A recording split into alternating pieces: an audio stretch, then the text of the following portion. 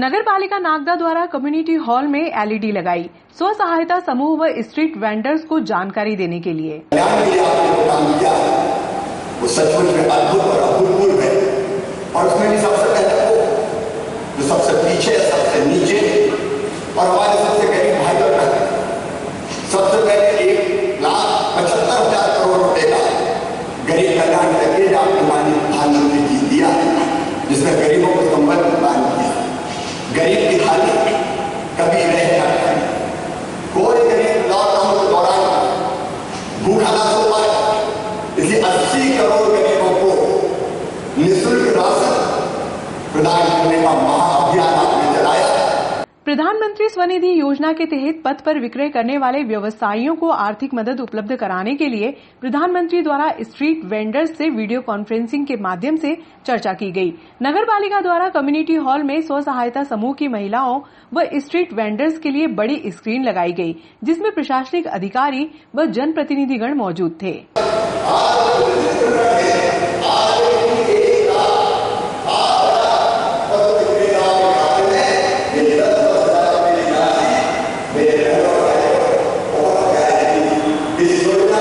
Lockdown अवधि में पथ पर विक्रय करने वालों की कमर टूट गई है। इन्हें आर्थिक संकट से निकालने के लिए केंद्र सरकार द्वारा प्रधानमंत्री स्वनिधि योजना को लागू किया गया है, जिसका शुभारंभ प्रधानमंत्री नरेंद्र मोदी द्वारा बुधवार को प्रातः 11 बजे ऑनलाइन किया गया। इस अवसर पर प्रदेश के मुख्यमंत्री शिवराज सिंह चौहान द्वारा सबसे पहले संबोधित किया गया। शहर के स्व सहायता समूह व स्ट्रीट वेंडर्स के लिए नगर पालिका द्वारा बुधवार को कम्युनिटी हॉल में एलईडी स्क्रीन लगाई गई, जिसमें एसडीएम पुरुषोत्तम कुमार, सीएमओ मोहम्मद अशफाक खान, मंडल अध्यक्ष सीएम अतुल, महामंत्री ओपी गहलोत आदि उपस्थित थे।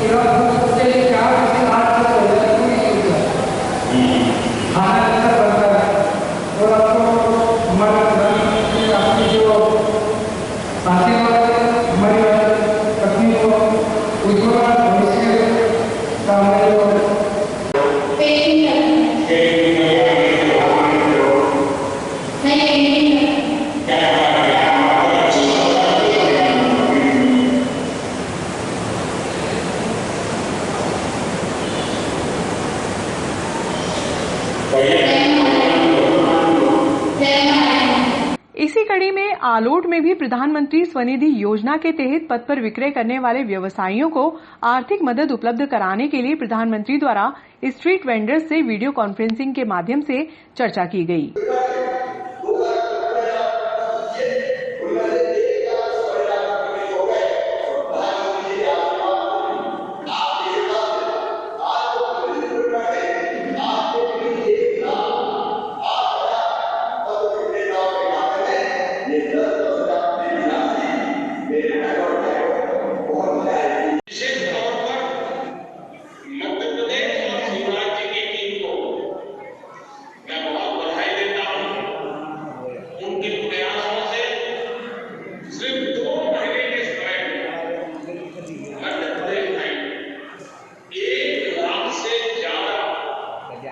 स्ट्रीट वेंडर्स रेहड़ी पटरी वालों को स्वनिधि योजना का लाभ सुनिश्चित हुआ। कोरोना के बावजूद इतने कम समय में 4.5 लाख रेहड़ी पटरी वालों को पहचान पत्र 130 करोड़ जनता के कल्याण के लिए आपकी दृष्टि करता है। हर परिस्थितियों में 130 करोड़ गरीब का कल्याण किया। कोई गरीब लॉकडाउन के दौरान भूखा न सोए, गरीब की थाली कभी रह जाता है। कोई गरीब लॉकडाउन के दौरान भूखा न सो पाए।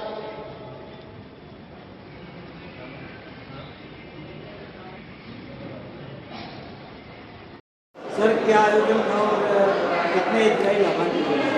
सर अपने यहाँ 661 फार्म डले थे जिसमें 95 के SRN जनरेट नहीं हुए थे और शेष हितग्राहियों को ऑनलाइन हमने कर दिया है। मतलब ऑनलाइन की प्रोसेस चल रही है सर। 390 कर दिए हमने। किस बात का लाइव प्रसारण? ये सर माननीय हमारे देश के प्रधानमंत्री जी मोदी जी ने स्ट्रीट वेंडर पथ विक्रेताओं को 10,000 जो उनको ऋण दिया है उनके आर्थिक उत्थान के लिए, उस संबंध में LED पे प्रसारण किया गया वरिष्ठ अधिकारियों के निर्देश पर, और हमारे पथ विक्रेताओं को उसके लाइव कार्यक्रम दिखाया गया।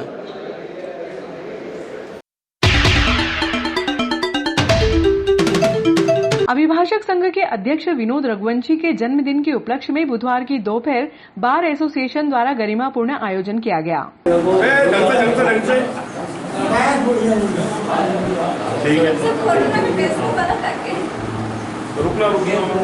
इसको अगर हुआ तो इसके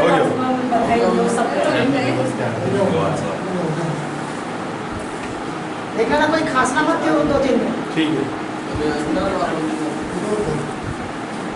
हो जाएगा। तिरवार तो थोड़ा चिपका है।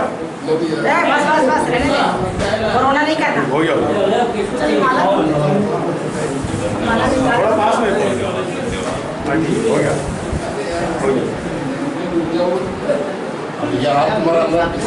अरे पास में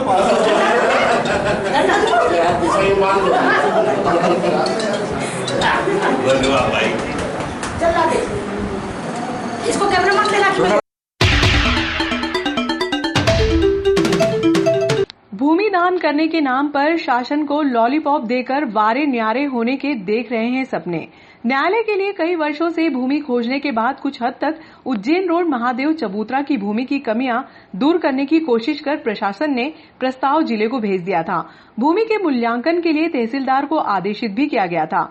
कुछ लोग अभी भी शासन को नासमझ मानकर शासन को लॉलीपॉप देने का प्रयास कर अपनी भूमि को 10 गुना भाव में बेचकर वारे न्यारे होने के सपने देख रहे हैं। बार एसोसिएशन के अध्यक्ष ने ऐसे लोगों पर पलटवार करते हुए कहा कि शासन व न्याय विभाग अपने स्तर पर कार्यवाही कर रहा है।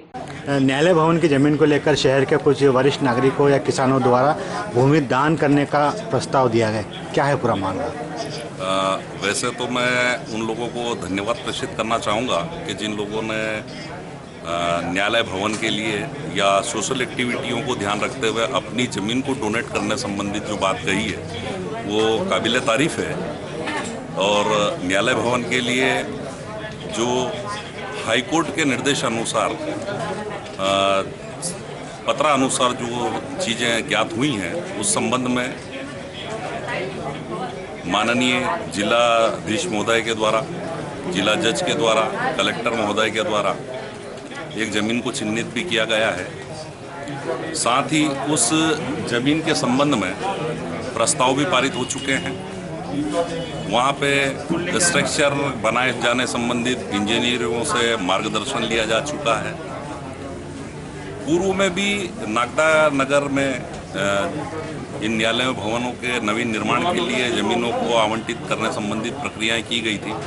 तत्समय भी नागदा के कुछ वरिष्ठ व्यक्तियों के द्वारा ज़मीन को डोनेट संबंधी निर्देश दिए गए थे कि साहब अगर ऐसा होता है तो हम लोग हमारी ज़मीन देने के लिए तैयार हैं।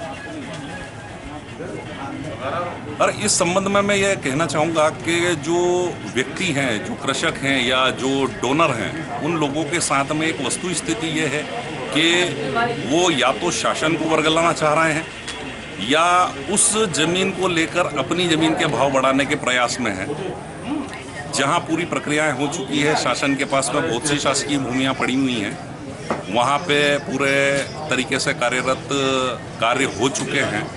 आज 5 साल बाद या 10 साल बाद जाके आज कुछ लोगों के कथाकथित लोगों के द्वारा ये ज्ञात हुआ है कि वो लोग अपनी ज़मीन को डोनेट करना चाह रहे हैं। मैं निवेदन करूँगा कि शासन को भी इस ओर ध्यान आकर्षित करना चाहिए।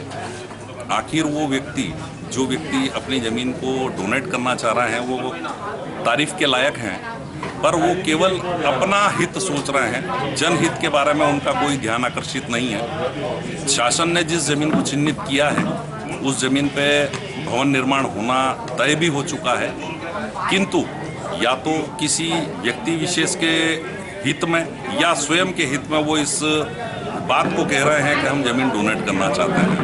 पूर्व में भी कुछ व्यक्तियों के द्वारा न्यायालयों को ऐसे आवेदन प्रेषित किए गए थे कि हम हमारी ज़मीन को देना चाहते हैं, क्योंकि उनकी ज़मीनें जो थी वो रोड से हटके थोड़ी पीछे की ओर थी।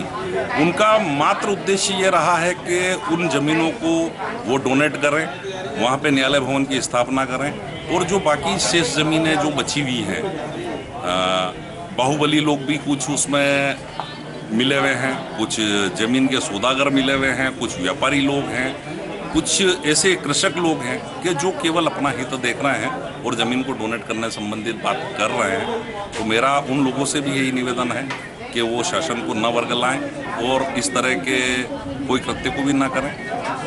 दान देते हैं वो बहुत अच्छी बात है, दान उन्हें देना चाहिए। वो सोशल हित में अगर सोच रहे हैं तो वो भी बहुत अच्छी बात है, पर अगर स्वयं हित और अपने हितों के बारे में सोच रहे हैं तो वो गलत है। वैसी स्थिति में जहां शासन ने जिस जमीन को चिन्हित किया है उसी जमीन पे न्यायालय भवन बनना तय हो चुका है। कृपया करके सभी लोगों से मेरा इस तरह से निवेदन है कि वो इस तरह के वाक्यों को न दोहराएं और शासन को न वर्गलाएं। धन्यवाद।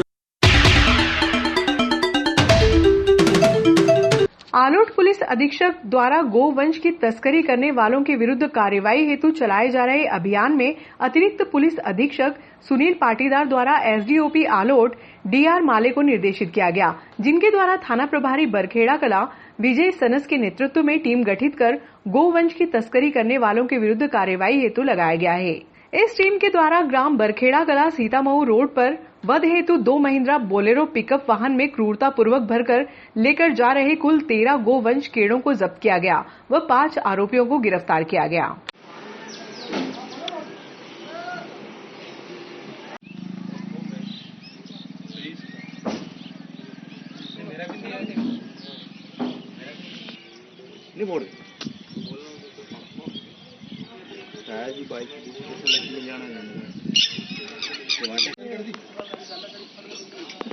ये करनी पड़ेगी इसको क्या?